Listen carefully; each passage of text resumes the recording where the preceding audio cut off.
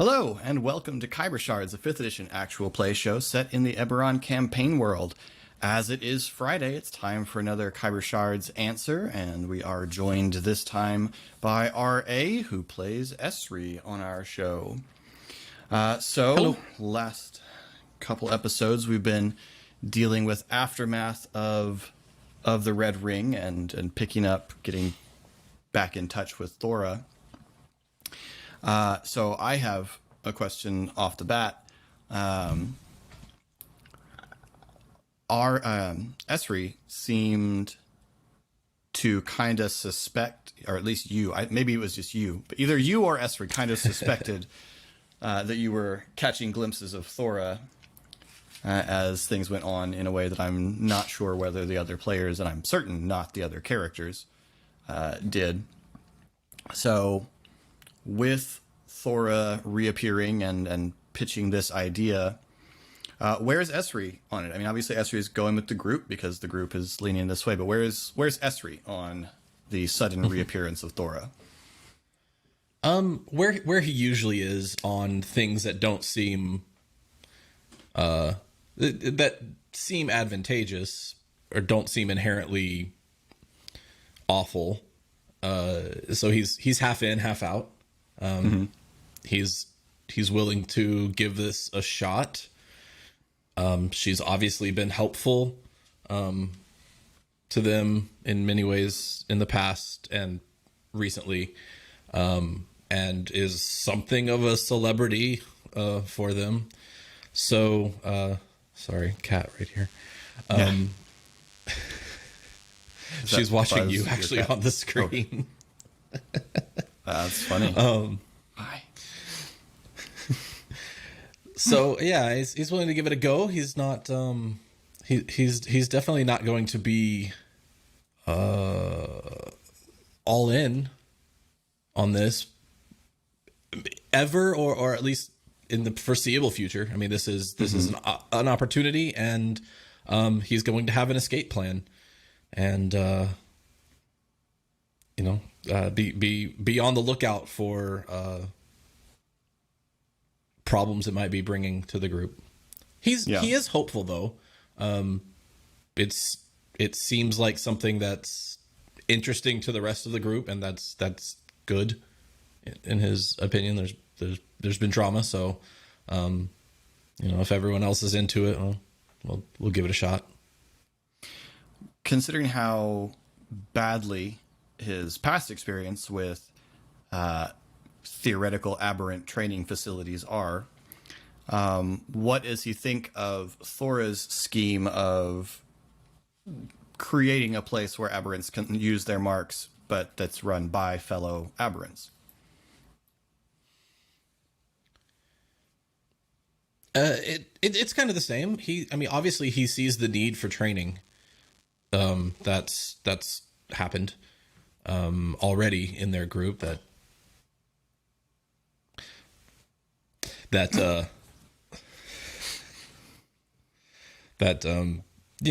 need, one of them in particular needs particular level of training, and he's come up against several things now that are happening that he wasn't expecting to happen to him, and so he needs some training as well. He certainly sees himself more as an aberrantly marked person than any other sort of identifier. He doesn't identify strongly as any of the other things that he is. Mm-hmm. And so in that sense, it works for him. And he didn't really, up until it went bad, he didn't consider the Blackwell program to be a bad experience. Right. It was a step up for him at the time. So, I think the idea at least doesn't offend him, doesn't throw up red flags. Then again, he's tried the joining thing and it didn't work out a couple times now, and so he's definitely going to be cautious. probably won't be calling him Professor Esri anytime soon. Nice. So Mia had a question connected to that thought. Knowing how protective Esri feels toward Donabella being the half person that he cares about most in the world, what does he think about bringing her into such a school, into a new school, into a training facility like this? Well, in theory, he's all for that. That's, you know, his hold up about Donabella is with not people like us.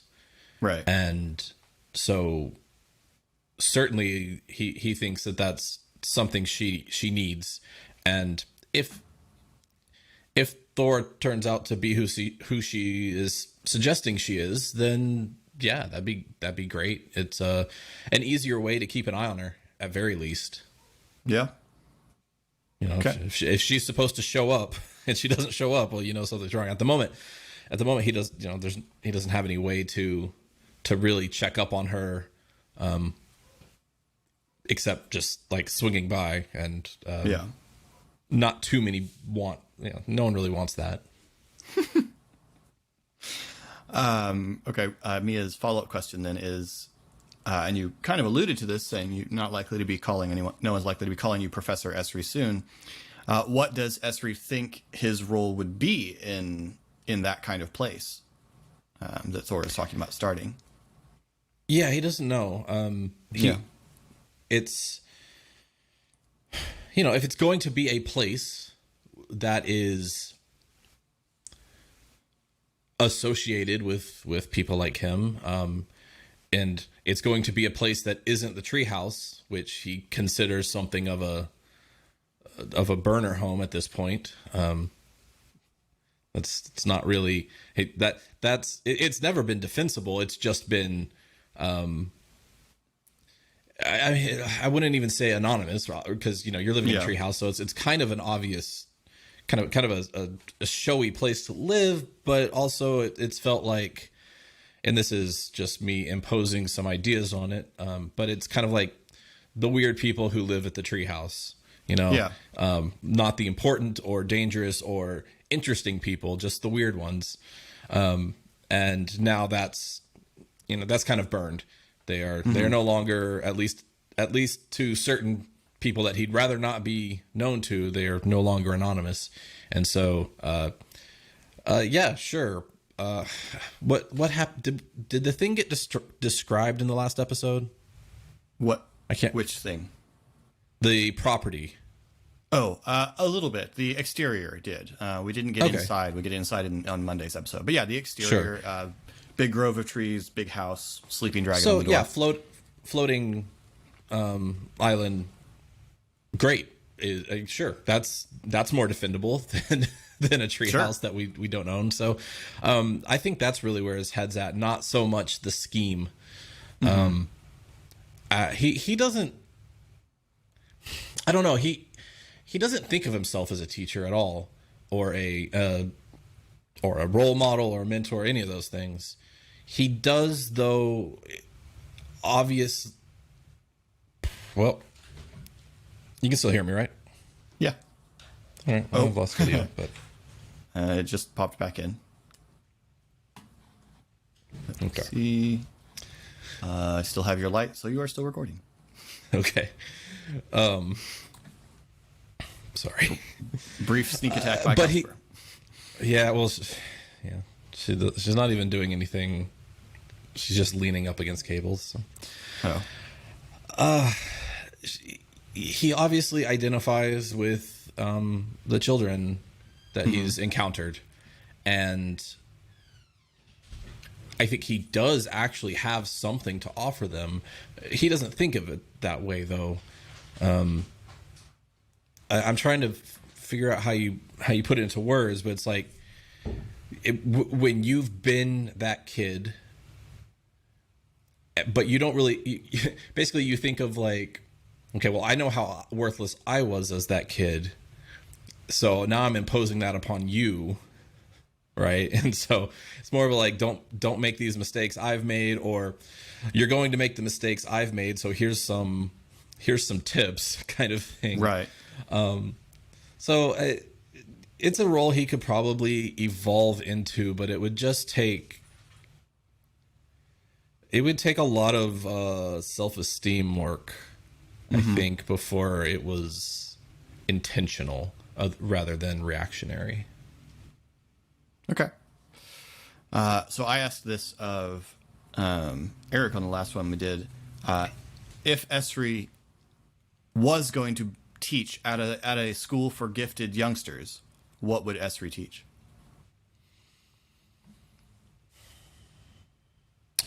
That's interesting, because it's like, well, there's actual education that's separate from training.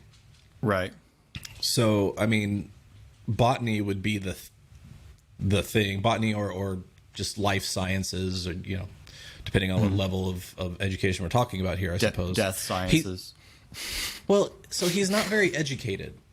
No, I know. He's not unintelligent, but all of his knowledge comes from this strong magical intuition. And so there's some sense in which, like, I guess he'd be more like Hagrid teaching about animals. Hagrid never read a book about animals. He just knows them. Yeah. And so I was like, well, I don't know what this one's called, but if you do take it and this one and mix them, this is what's going to happen, right? Right. So maybe that he's an okay. I mean, he is a healer as well. So all of that kind of wraps up together. Sure. Yeah. Okay. And then Mia has a meta question for you. Who does RA think Esri's X-Men counterpart would be, and who would Esri say his X-Men counterpart would be? Yeah, so this one I actually saw, and I had to put some thought into it because, well, there's a lot of X-Men. X-Men's been around for what, like 70 years now, something like that, and it's long, yeah.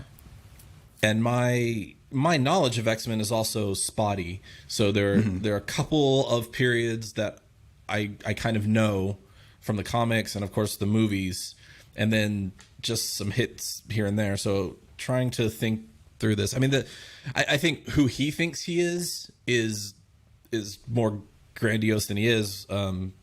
Certainly, I mean, he thinks of himself probably as a beast character, the outcast, powerful, but really just wants to be left alone with his science. He's certainly not he's not Hank McCoy level intelligence, sure, or education, not even close. But yeah, I think that's sort of how he sees himself, as the scientist. So the one I came up with for who he might actually, the role he might fit into better, is kind of obscure. So are you familiar with Chamber? I don't remember.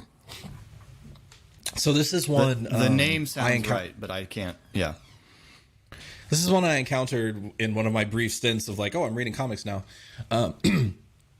Chamber he's British. He's got this well of psionic energy in his chest that when it manifested, it blew his chest and his mouth, or his chin off.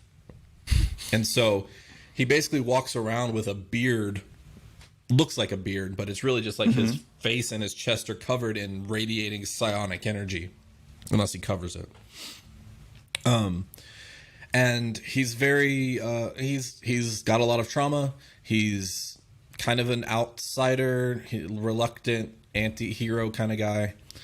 Kind of a loner, but not, I mean, he is willing to participate in heroic endeavors, but he is not inherently heroic.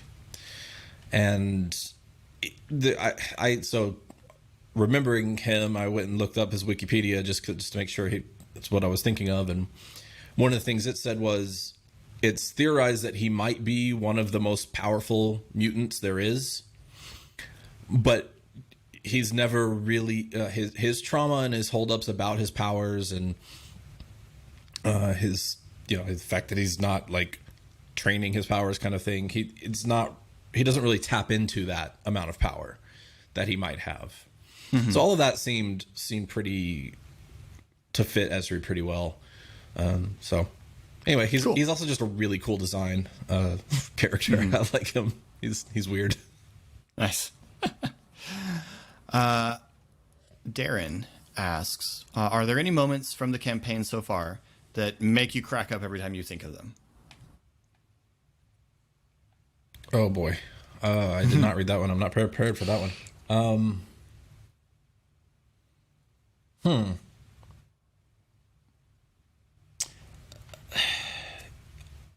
No, not at the moment. Mm-hmm.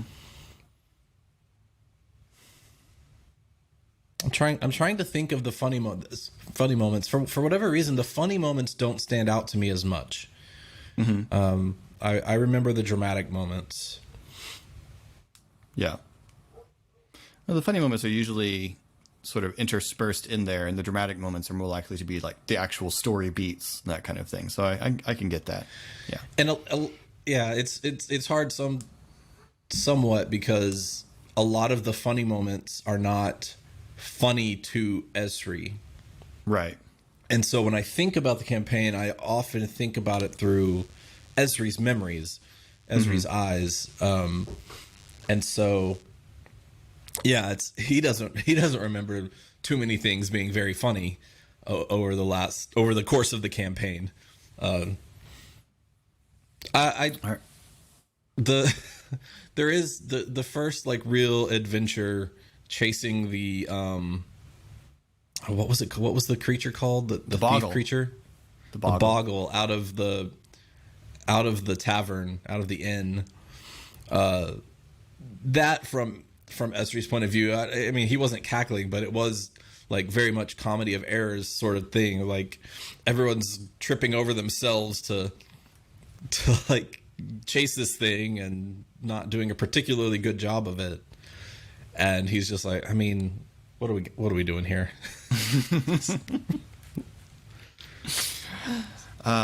So another question from Darren, and I think you kind of alluded to this just a minute ago. Would you be disappointed if absolutely no Kalashtar/Kori/Riedran plots occurred in this campaign? Is that just not an important aspect of Esri's character concept? It is very much an important aspect of his character's backstory. Mm-hmm. It influences a lot. He does not.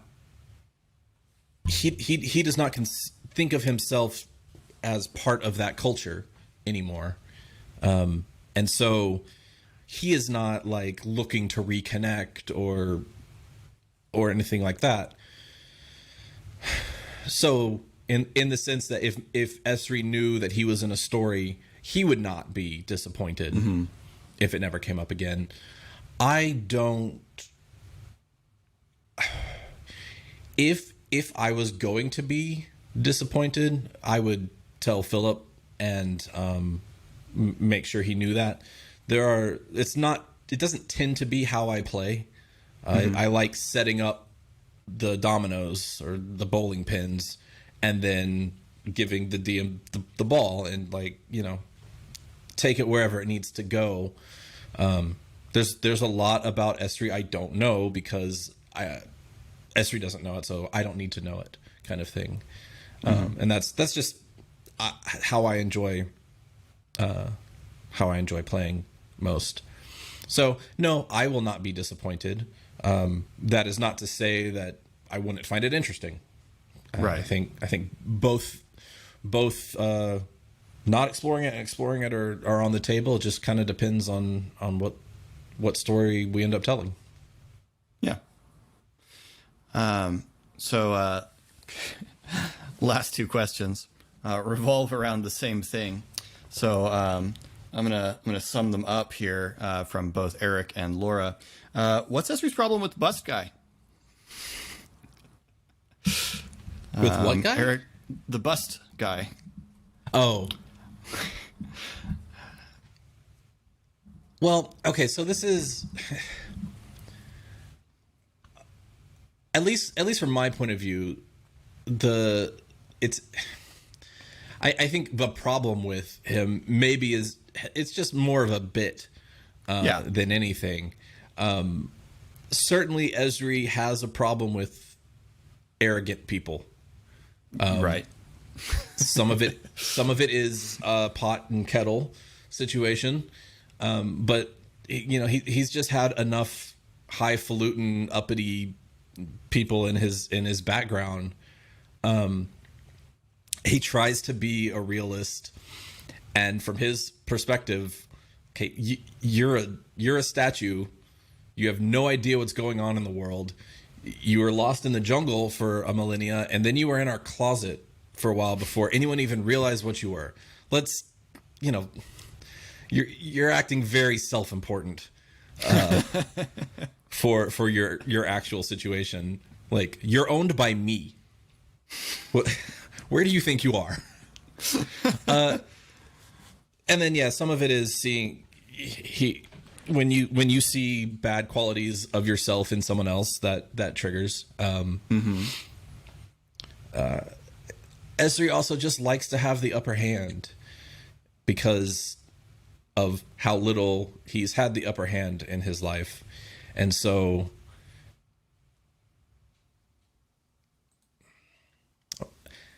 he doesn't have, it's kind of weird. I'm thinking through this and like, okay, so he doesn't like to think of himself as a manipulator. He likes to think of himself as straightforward, in most situations. So, he would like to just sit down and have a conversation with this guy. And I think he could, but since both of them are like kind of vying for the position of who's in control of this relationship, and neither one of them is like, I don't know too much about the character, and I'm sorry, I never can remember his name. Jalert. Or Alorente. Yeah. Alorente. Mm-hmm. Yeah. If I get the first part, I can remember the second part is me and names. But he's not extending an olive branch, and neither is Esri so much. So it's really just a matter of conflicting personalities at the moment. I think that will likely probably change over time. Esri's thinking about it, and to the moment it hasn't been terribly important. And so he hasn't spent too much time thinking about, we need to build a relationship here, or how valuable is this to me actually, in terms of being able to talk to the guy. So it's not a substantial problem with him. It's just really more of it is a social interaction that neither one of them is prepared to handle. Right. With grace. It's absolutely. Yeah, he is extraordinarily self-important and has not come to terms with the fact that he lives on a bookshelf in a treehouse now from wherever he lived before. That's funny. Well, that is all of our questions for this week. Oof. Speed run this one. Yes. I don't know. We're almost at 30 minutes. That's about right. Thank you so much for submitting your questions. You can find links to our various social media and our Discord down in the description below. Our Discord is where we take most of our questions from, although we will also take them in comments below.